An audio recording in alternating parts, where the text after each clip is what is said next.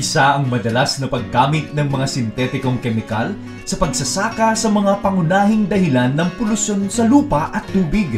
Ito rin ang dahilan ng pagkawala ng mga natural na sustansyang nasa lupa na kailangan ng halaman sa paglaki at ng mga mikrobyo na tumutulong sa pagpapaganda ng kalupaan. Ang trichoderma o kaibigang amag ay isang uri ng mikrobyo na mahalaga sa organikong pagsasaka. Ginagamit ito upang mapadali ang pagbubulok ng mga basurang mula sa sakahan at mapataas ang sustansyang laman ng naproduce na organikong pataba. Mainam din ang trichoderma na biofertilizer. Nakatutulong ito sa pagpapalaki ng halaman at pagpaparami ng ani. Pinananatili din ng trichoderma na malusog at malakas ang resistensya ng halaman upang malabanan ng mga sakit na dulot ng masasamang mikrobyo mula sa lupa. Taong 2009, isang grupo ng mga mananaliksik mula Central Luzon State University Ramon Magsaysay Center for Agricultural Resources and Environmental Studies ang nagsimula ng proyektong CLSU RM Cares TrichoPlus. Layunin nila na makagawa ng mura at epektibong produkto na maaaring gamitin para sa produksyon ng organikong pataba. Base sa resulta ng kanilang pananaliksik, napag-alaman na magandang patubuin at paramihin ang trichoderma sa darak at lupa na nagsisilbing medium. Bago natin simulan ang paggawa ng TrichoPlus, kailangan munang paramihin ang culture ng trichoderma. Maaaring paramihin ito sa pamamagitan ng paggawa ng potato sucrose gulaman o PSG na siyang magiging patubuan ng trichoderma.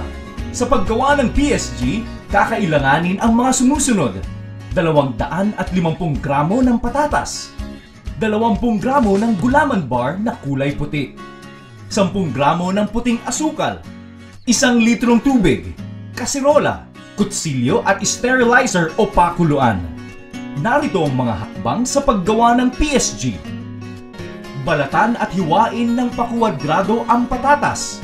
Pakuluan ang 250 gramo ng patatas sa 1 litrong tubig hanggang sa lumambot ito. Salain ang patatas. Kunin ang sabaw nito at dagdagan ng tubig hanggang sa umabot ng 1 litro.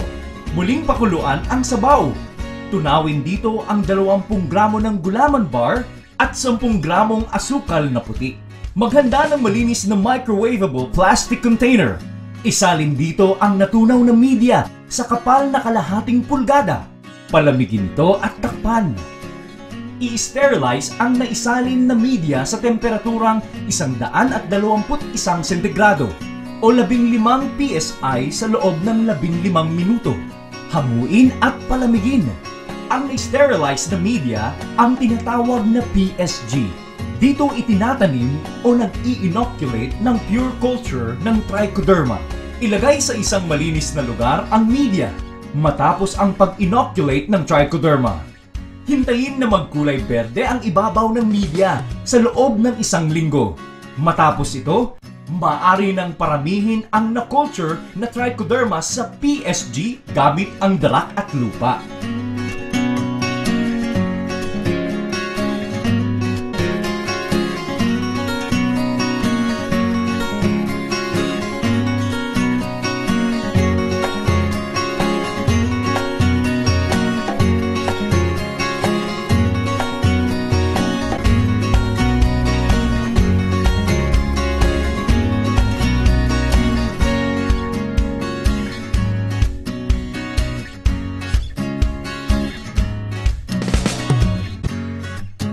Kumuha ng pinong lupa mula sa hardin. Siguraduhin na wala itong kasamang mga bato o iba pang bagay. Paghaluin ang magkaparehong dami ng lupa at darak. Substrate ang tawag sa pinaghalong lupa at darak. Habang hinahalo, isprayan ang substrate ng tubig hanggang sa maging mamasa-masa ito. Pagkatapos maghalo, maaari nang maglagay ng 1 kilo ng substrate sa polypropylene bag. Talian ito ng rubber band. I-sterilize ang nakapak na substrate sa temperaturang 121 sentigrado o 11 PSI sa loob ng 45 minuto. Matapos ang pag-sterilize, ilagay ang bag ng substrate sa malinis na lugar at hayaang lumamig magdamag.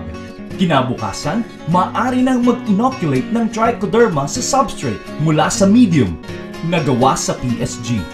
Pagkatapos mag-inoculate ng trichoderma sa substrate, muling talian ng rubber band ang plastic at masamasahin upang maikalat ang conidia ng trichoderma at mapabilis ang pagtubo nito.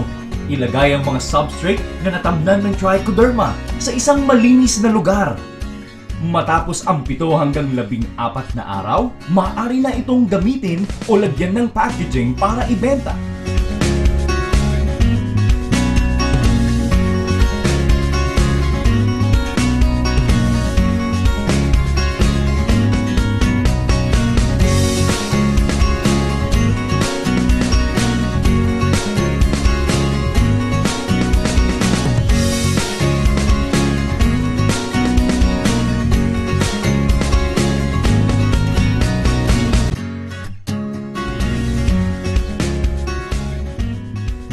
Gamit ang CLSU RM Cares Trico Plus sa paggawa ng sarili mong pataba, makatutulong ka na sa pag-iingat ng kalikasan, maaari mo pa itong pagkakitaan.